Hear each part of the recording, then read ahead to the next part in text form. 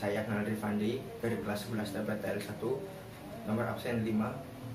Dan saya di sini akan menjelaskan materi tentang pengaturan frekuensi dengan pengaturan beban. Frekuensi sistem di atas 50 Hz menunjukkan keseimbangan sesaat antara daya nyata megawatt pembangkitan dengan daya nyata megawatt dikonsumsi beban bernilai nominal 50 Hz pada saat daya nyata pembangkitan sama dengan daya nyata konsumsi beban. Tujuan mengoperasikan sistem pembangkit dan penyaluran secara rasional dan ekonomis dengan memperhatikan mutu dan keandalan sehingga penggunaan tenaga listrik dapat mencapai daya guna dan hasil guna yang semaksimum mungkin. Pengertian frekuensi. Frekuensi adalah banyaknya gelombang dalam 1 detik. Satuannya adalah Hertz. Contoh, frekuensi listrik 50 Hz. Artinya dalam 1 detik terdapat 50 gelombang listrik. Kesetimbangan beban dan pembangkit. Frekuensi sistem lebih dari 50 Hz. Standar frekuensi gangguan bernilai nominal di atas 50 Hz. Pada saat daya nyata pembangkitan lebih besar dari daya nyata konsumsi beban, untuk mengembalikan ke 50 Hz, daya nyata pembangkitan dikurangi. Frekuensi sistem kurang dari 50 Hz. Frekuensi nominal 50 Hz diusahakan untuk tidak lebih rendah dari 49,5 Hz atau lebih tinggi dari 50,5 Hz. Dan selama waktu keadaan darurat atau emergensi dan gangguan, frekuensi sistem diizinkan turun hingga 47,5 Hz atau naik hingga 52,0 Hz.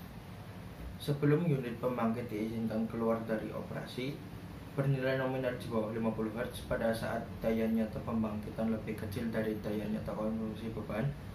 Untuk mengembalikan ke 50 Hz, daya nyata pembangkitan ditambah. Standar frekuensi nominal. Frekuensi dalam batas kisaran operasi nominal yaitu 50 kurang lebih 0,2 Hz. Kecuali penyimpanan dalam waktu singkat diperkenankan pada kisaran 50 kurang lebih 0,5 Hz. Pengaturan frekuensi dengan pengaturan beban. Pengaturan primer dalam sistem tenaga listrik adalah governor-free. Prinsip kerja governor-free yaitu pengaturan frekuensi sistem harus dilakukan dengan melakukan pengaturan penyediaan daya aktif dalam sistem.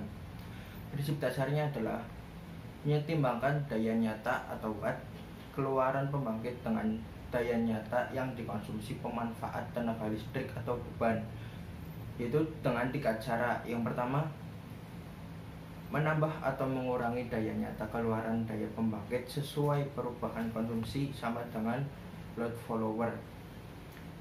Yang kedua, mengoperasikan unit pembangkit dengan mode primary control atau governor unit pembangkit. Dan yang terakhir, mengoperasikan unit pembangkit dengan mode secondary control atau program LFC, load frequency control atau AGC, automatic generation control. Prinsip pengaturan frekuensi. 1. Yaitu LFC, load frequency control. LFC bekerja full automatic yang diatur oleh komputer di master station, kemudian setelah sampai di unit pembangkit diatur oleh sebuah peralatan yang disebut load koordinator yang langsung berhubungan dengan peralatan kontrol unit pembangkit. Antara komputer di master station dan load koordinator saling mengontrol. 2. AGC, automatic generation control. Dalam sistem tenaga listrik, automatic generation control adalah sistem untuk menyesuaikan output daya dari beberapa generator dari pembangkit listrik yang berbeda dalam menanggapi perubahan beban. Karena jaringan listrik mengharuskan pembangkit dan beban dalam keadaan seimbang setiap saat, keseimbangan dapat ditentukan dengan mengukur frekuensi sistem. Jika meningkat artinya daya lebih besar daripada beban. Jika frekuensi sistem menurun artinya daya lebih kecil daripada beban. Metode secondary control. Yang pertama, brown out, yaitu penurunan kualitas tegangan. Yang kedua, pelepasan beban, load shedding dengan relay UFR. Yang ketiga, pelepasan beban dengan relay DF atau DT. Yang keempat, pelepasan beban dengan waktu tunda. Tindakan pengaturan frekuensi pada kondisi gangguan. Tindakan dispatcher. Yang pertama, melakukan pengurangan megawatt pembangkitan atau pengurangan beban sistem melalui brownout dan load curtailment. Yang kedua, melakukan manual load setting. Otomatis. 1. Automatic load setting oleh under frequency relay atau UFR atau oleh aplikasi melalui SCADA. Yang kedua, host load pembangkit. Pada kondisi normal, tindakan dispatcher. 1. Menaikkan dan menurunkan megawatt keluaran pembangkit. 2. Perintah lisan dari pusat pengatur beban atau JCC. Yang ketiga, mengikuti rencana pembebanan pembangkit. Yang keempat, bila frekuensi di luar rentang 50 kurang lebih 0,2 Hz. Otomatis.